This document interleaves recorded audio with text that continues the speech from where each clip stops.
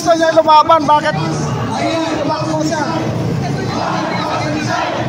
Marcos resign! Marcos resign! Marcos resign! Marcos resign! Pagyo din!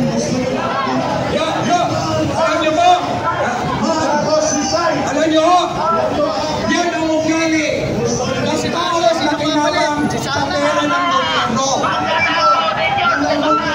Kung sinapawalaan ng kinabang, kaya tayong pinayaan ng mga magtanakaw na to, tayo ang magsasakripisyo. Hindi namin papayagan yan dito. Maya kayo magtanakaw. Hindi ka na lang ng nagkukulong na nagtatuwa.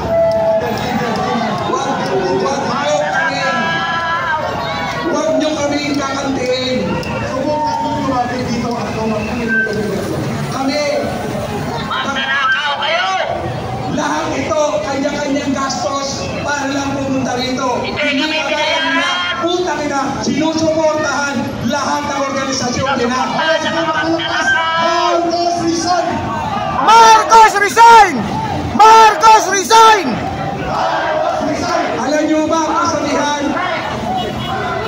Alam nyo ba ang kasabihan?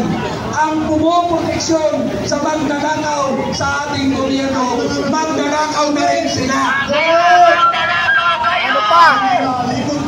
Magtanakaw! Anti-corruption! Pero magtanakaw! Hindi! Pinalis! Walang silbi! Maramdamin kami nagpapahayag kasi kami ang tinatamaan, ang pamilyang ordinaryong Pilipino, ang laging sinasakripisyo at laging ninanakawan ng mga napagsasamantalang tao sa gobyerno. Magtanakaw!